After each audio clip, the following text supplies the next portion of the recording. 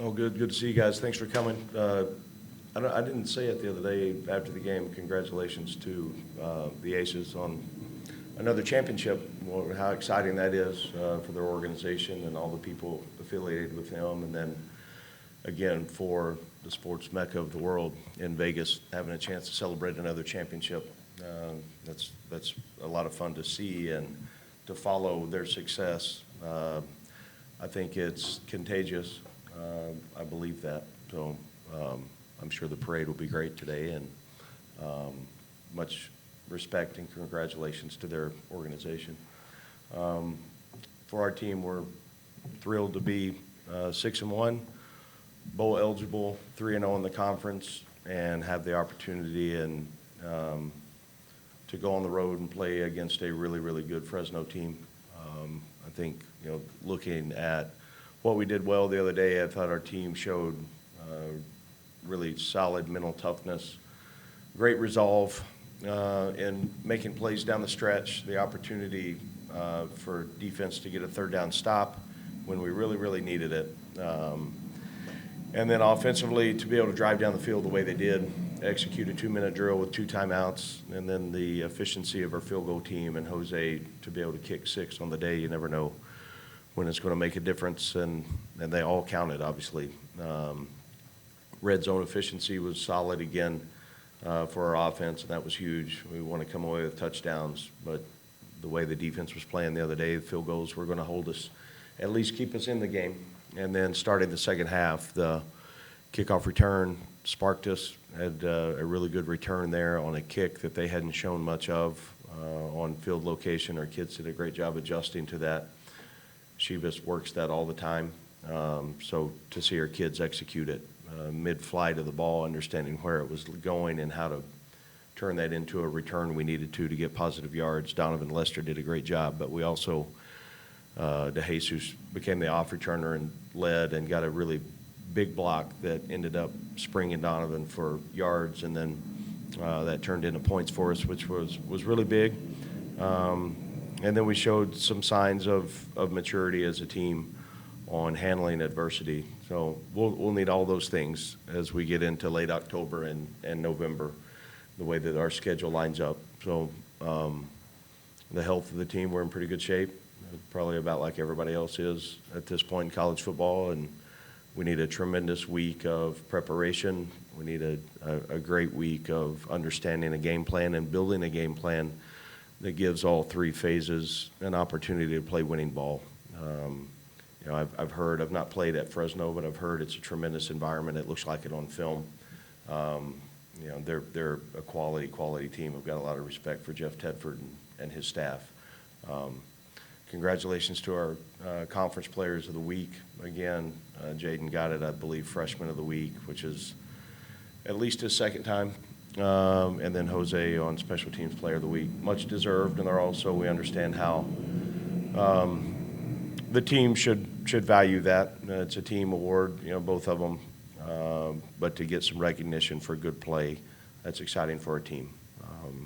So we'll keep building, stay on the process. It was a really good practice today, this morning, to start the preparation, and we need our best Monday, the rest of the day on how to prepare, and then as the week goes. Coach, can you talk about Donovan Lester and his physical running style, bowling over players from CSU, just the physical nature of his game? Yeah, I think he's starting to get a really good feel for some of the zone concepts we have, the timing of what that looks like, and then the way he runs behind his pads. He's around 215, maybe a little heavier. He runs with really good pad level. He's got really good speed as well. So that combination with vision, you block the point of attack, the ability for him to finish through the first level, into the second level and third level.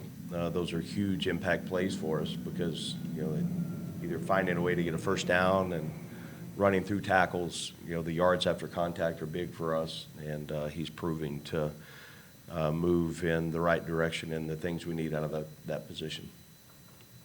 It seemed like a lot of the talk around the team during the win streak was, scoring 40 points every week and the offense. but when you go into halftime with 3 points and the defense has to get, a bunch of stops, could that be sort of galvanizing for those defensive players to find themselves in a low-scoring game like that? I sure hope so, and I would believe that would be true. The confidence that they were displaying in the things they were saying would lead me to believe we took a step in the right direction, and then those actions followed up with the way they were playing. We played better on that side of the ball in the things that we hadn't leading up to Saturday. I thought we were much more physical. I thought our zone drops and field distribution were a lot cleaner. We were better in our man coverage. And then we had some real overlapping of coverages with our post player. So those are things that we've needed to improve on, and we showed progress. We're still not where we need to be, but there was good progress. And again, the play that Jaxen Turner made on the double pass, that was a huge momentum play for us. Maybe led a little bit into previously they had thrown that play to number 14. Ricky Johnson made a great break on it, had a good physical tackle. And on the back end, I could hear him on the sidelines talking about, hey, they're setting up a trick, and the eye discipline that it took for Jaxen to be in the right spot. The depth, the ability to trust it, see it, overlap, and go make a play, get his foot in bounds, that was a big-time play. Coach, the CSU offense entered the game with big numbers with their passing game. Were you surprised at all with how often they ran the ball, and what adjustments did you make against the run game late in the game? I believe, going into the game, if they get a little or have a little success in running, they're going to stay with it a little bit more. We allowed that. So we had to make some adjustments as well on, are they going to commit to it, or is it a break, so to speak? And they committed to it. So we had to make some changes, and Coach Shearer and that side of the ball did a nice job, and their kids were able to take that adjustment and then go put it into play. How did you find Jose Pisano? Bobby Petrino. When Bobby was here, Jose had already gotten in the portal from Missouri State. When he got in the portal, it was a strange transition, only a couple days, but Bobby was here for a few days, and then Jose had already gotten in, might have even gotten in before Coach left Missouri State, and so we evaluated a lot of guys over the course of those few weeks, and anyway, I was at University of Arkansas last year. We played Missouri State, and he had some big-time kicks in that game. So I remembered who he was prior to seeing the list of portal kickers. So a number of factors led to us really starting to recruit him. He's been a great addition, obviously, to our team, and a great teammate, and approaches every day like he should. Every kick is so important for us. Is he unique amongst kickers in terms of his mindset? Because after the he's not. press conference, Most of them. he's so calm. Most of them are strange, weird. We got a lot in common, but he's kind of this. That was the most I've heard him say in those short 5 minutes we had the other day. After I think he's probably a fairly funny guy. Honestly, when I hear the other teammates talk about him a little bit, I never really see that side of him. He's very stoic and just about his business, and understands he's got a job to do, and he takes it very, very serious. Takes it personal. And from a leadership standpoint, I've heard him, if snap's not right or the hold's not exactly right, he is quick to correct them, and I think he's earned that. You mentioned cutting the schedule into the third, and just second, third here. What's stood out to you as you evaluate the team, and what's kind of, as you get into this last third with some other tough opponents, what do you need to see improvement-wise there? I think we've made progress from each week. We've gotten a little better in every area. We also understand we have a hunger to continue that process, because we know we need to. We haven't played our best ball yet. So the desire to do that is so important.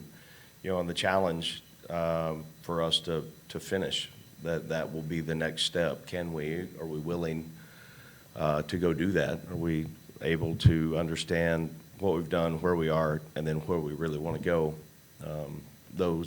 that's the next barrier, wall, however you want to look at it. That's our next step. Now we have to go finish, and we get those opportunities on what we've created. And again, it's a very boring topic, but it's the ability to focus on this week and take care of everything that we can this week. And if we do that, then the opportunities continue to grow.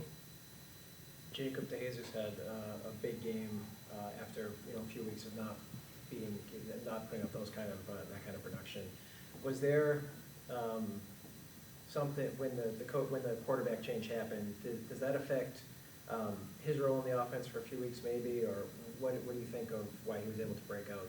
This No, I don't think that. I think it's other guys stepped up in different ways. We were running the ball a little bit more effectively in previous weeks, and in the return game, we've been a block or two away weeks leading up to Saturday that, man, we were close to getting another big return.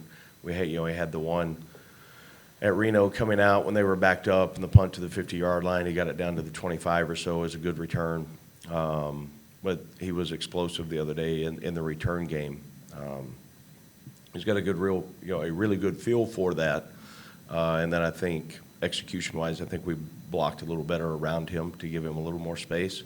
And then the offense, I think it's a flow. I think we've spread the ball around a little bit more.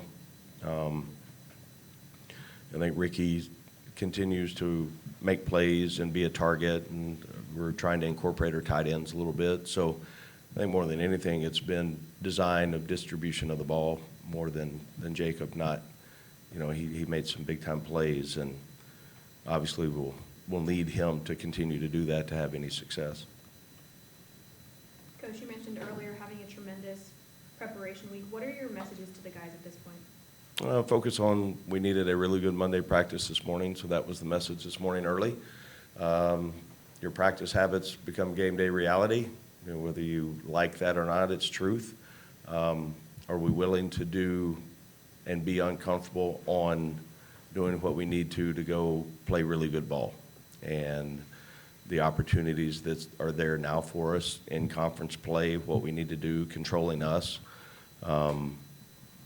All probably really boring stuff, but what works for this team. And we had I would say, our best Monday practice of the year, and that's good. That's the way it should be. So we should have our best Tuesday tomorrow. We should find a way as a team to get extra video study in this afternoon.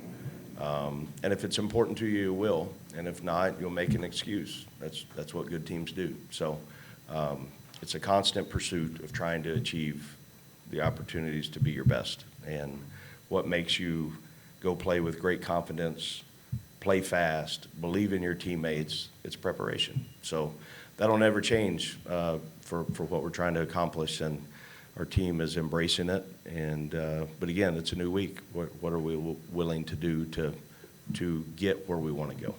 Qualifying for a bowl game is a big accomplishment for this program. When you hit a big goal like that with so much of a season still remaining, and is there any potential pitfalls that come with that kind of success? Like, do you have to, say something to the players, or what do you do now that you've hit a big goal, but, there's still so much stuff to play for? I've been, again, I think you learn from your experiences, and I've been on both sides of it. I've started the season 1-5 before and ended up getting into a bowl game. And I've started 5-1 and ended up 6-6. So you take from those lessons. Every team is completely different. And I think you educate, you talk, you communicate, you're open, you're honest, and you control the day-to-day process of what it looks like. I would sure be a fool to think that they don't hear the noise. How do you take that, use it as motivation, and then also continue the pursuit of being our best? That's an hour-to-hour, day-to-day process of what we need to do to control what we can. And anytime you lose sight of what it takes preparation-wise, then you're hurting your chances to play winning football. Some of the guys after the game talked about, after accomplishing getting the bowl eligibility, that's kind of competing for a Mountain West title. You kind of said controlling that, noise. How do you kind of, control that talk I want to embrace that. I mean, we've got an opportunity to do something special. Let's go chase it. And we will get exactly what we earn. And the way that the schedule lays out this week, we'll have an opportunity to go earn a little bit more.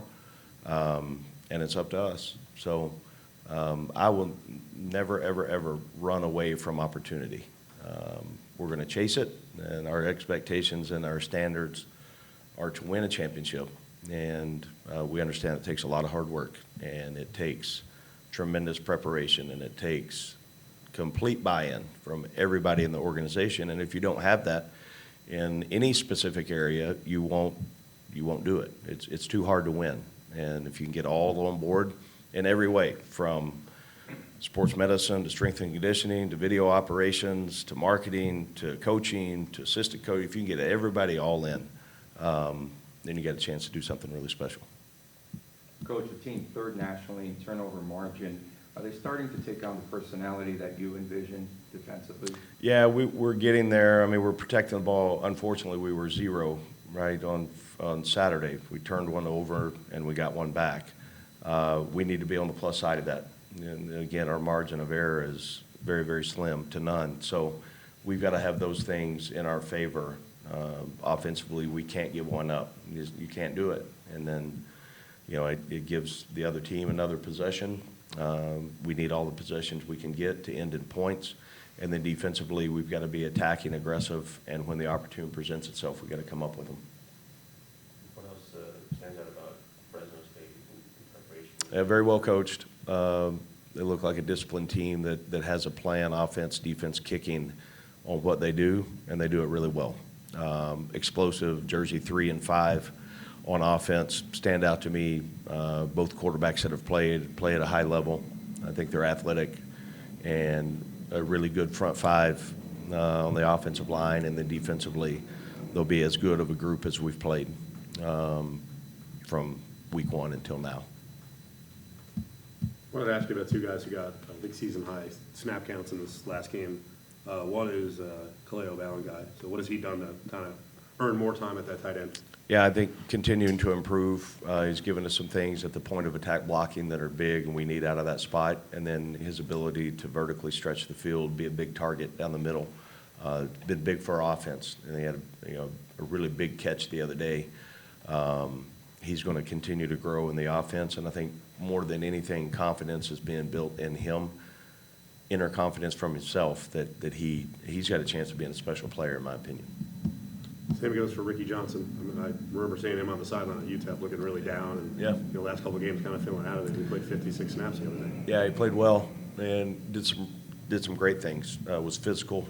We were looking for that, and he accepted it and had a solid game.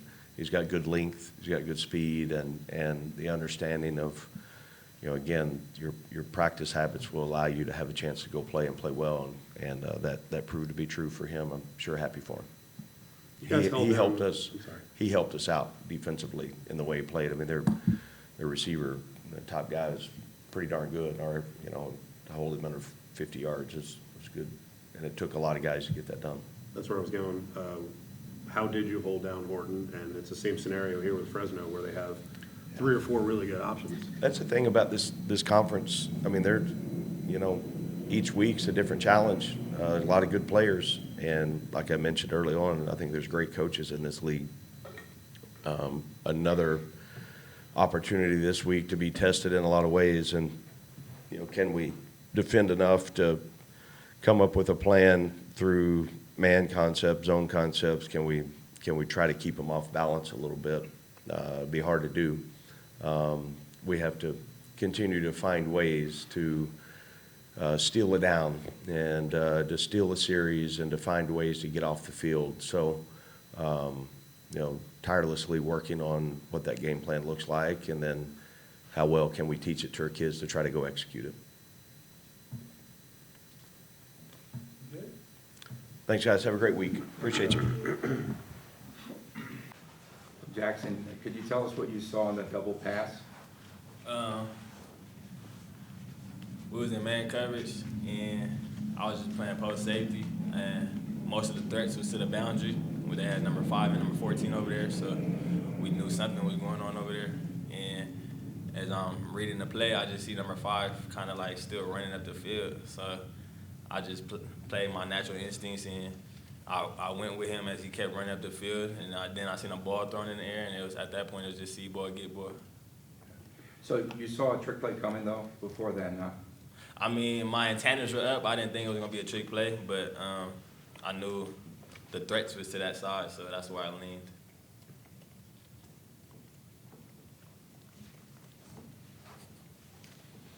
For both of you guys, you know, Coach O just talked about, you know, wanting to embrace, you know, the next step competing for a Mountain West title for both of you. How are you guys and the players kind of, you know, embracing that challenge of the next step of wanting to compete for a conference title and, you know, along with, you know, getting better week by week? Yeah, it's you know, it's great, especially this past week becoming bowl eligible, but it was a big emphasis that's kind of the bare minimum of our standard. Each week from now on out, we got to go 1-0. Then eventually by the end of the season, we'll be holding the trophy over our head, but we can't overlook anybody each week. It's a new game, new opponent, so we just have to keep striving along each week. Well said.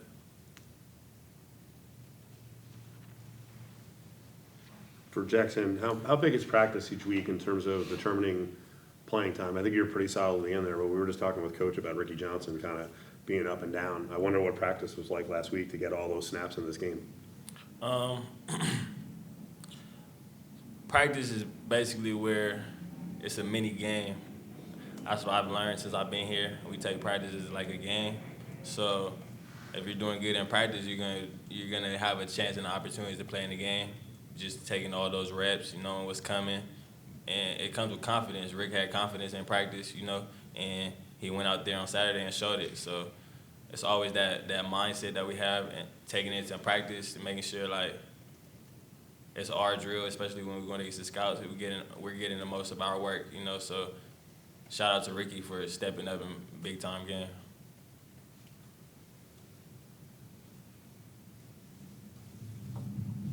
Jack, when the team is having this much success, you know, you've won 5 in a row, you qualify for a bowl, and it seems like every week you guys get players recognized with, you know, player of the week, you know, things like that. How do you, how do you deal with that level of success? I think, especially in the locker room, it's just holding everybody accountable. It's, you know, it's great to be on a nice little streak and everything, but at the same time, if you see our practices, what we go through together, nobody's bigger than the program, and everybody knows that. So it's really just about accountability and striving forward each week, going 1-0, and everybody needs to bring their best so they realize, you know, we have guys who maybe don't play a whole lot that are always ready. So even though you might get an honor, we have a lot of guys that are ready for the call. The halftime score was 13-3. We expected perhaps a shootout in this game. What did Coach tell you guys at halftime?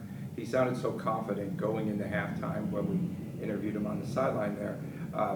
What did he tell you at halftime that made you get the momentum shifted back in your direction? Well, it kind of started. It started in the beginning of the week, especially when Coach brings up a video in the team meeting. It's very important. And our topic this week was our mindset. He had previewed a clip of Tyson Fury versus Deontay Wilder, when Deontay Wilder had knocked down Tyson Fury, and Tyson Fury was out cold, but somehow, some way, he opened his eyes and got back up. That was his message to us, and we knew we was gonna have to get back up and get back in that fight and give it our all, you know. So that's exactly what we did, and that was a great message. Jack? Yeah, I mean, that's really well said, and especially as an offense, we didn't have the first half that we wanted, even close to, but we also knew what we're capable of from previous games. So we weren't down in the sense that it was something we couldn't overcome. It was just we knew we didn't play our best ball that first half. So just come out that second half extra aggressive, and you know, when everybody does their job, we were able to put some points up there. Following that question, Odom after the game said that he was thinking of what to say going into the half. He said he walked in and he could see a bunch of conversations, or maybe it was only a couple conversations, but he thought you guys, someone stepped up to be player-led. So do you remember what happened at the half? No, most definitely. It was a lot of guys being vocal in the locker room. I remember there was a lot of people saying, even myself, I was saying, make sure we bend, don't break. We could bend, we can't break, though. And that was mostly the mindset, trying to get the guys. The energy seemed a little down. We was trying to make sure our spirits were right, even though we were down, and it was a hard half. But we know this is not what we're capable of. We're capable of more. And we were capable of way more, like Jack said, and we just had to go out there and show it. Jack, was there someone on the offense? Yeah, I'd say the most vocal as far as offensive line goes is Imani Trigg Wright. He's always kind of the Energizer bunny of our O-line, if you will, just always brings a juice. And like Jaxen was saying, he's a guy that when something isn't right, he brings guys along with him rather than dragging them down. He's very good at that, very good vocal leader. So he was a big one for the offensive line, but I mean, overall, a lot of guys even who maybe don't get a lot of snaps were vocal about it, just lifting guys up. And like I said earlier, we had confidence that we'd have a much better second half. We just needed a little extra boost because we came out a little flat. Jack, one of the things that Barry says pretty much every week is that it's a nameless, faceless opponent, is the phrase he uses. But to be playing a game with, like Mountain West title implications, does that feel like a big game? Like, how do you approach, game week leading up to this one? Yeah, I mean, I'd be lying if I said, how far we come, everything that we've done, if the games just don't feel any different. Obviously, there's, a little bit more energy, and you even see it around the city, following UNLV football and stuff like that. But at the same time, that's a great way to say faceless opponent, because it's really about what we do as a team. So, I mean, at this point, yeah, games are obviously going to be bigger, and even as we go further along, hopefully bigger than this one this week. But at the same time, we just got to keep doing what we're doing. Jaxen, the same thing. Can you sort of feel the stakes rising with the more you guys are winning? Yeah, but I don't really, like you said, it's a nameless, faceless opponent, so we don't really think about it too much. Like we said earlier, 6 wins was the bare minimum of the goal this season. So we just look at it like that, another stepping stone, another opportunity to go 1-0. That's the main goal and main focus each and every week, no matter who we play, is to go 1-0. For both of you, as an individual player, where's your mindset at heading into this week's game?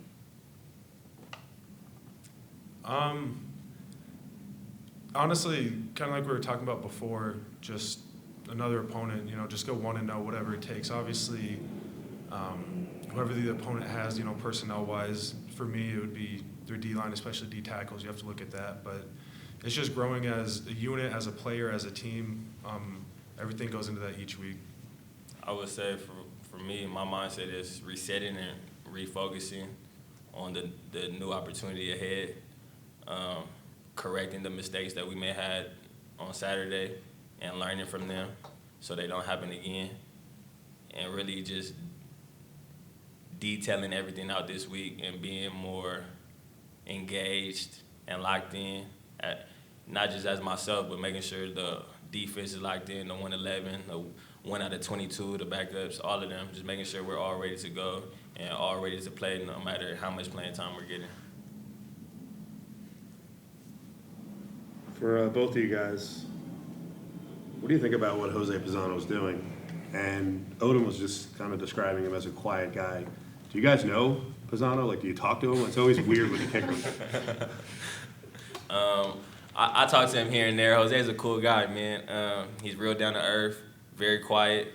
He smiles, but hell of a job, man. Keeping us in that game. 19 points he accounted for. That's unbelievable. And we practice it every day. We practice the kicks. We practice 2-minute. We practice all type of stuff. So, I mean, he was born for it. He was ready for it. It's nothing that we haven't prepared for. So, shout out to Jose, man. Yeah, he's a guy who I don't think his heart rate ever rises at all. He's just always very stoic about how he approaches things. Even after he made the game-winning kick, he was obviously excited, but it wasn't, a crazy show of emotion. That's just who he is. You know, he's all about business, and you know, maybe not the most outspoken guy, but very efficient. So we love to see it. Definitely. Anything else? Thank you. Thank you, guys. Appreciate you. I want this back today. Yeah, I'll get it from you when you're done. No problem. I'm gonna stay.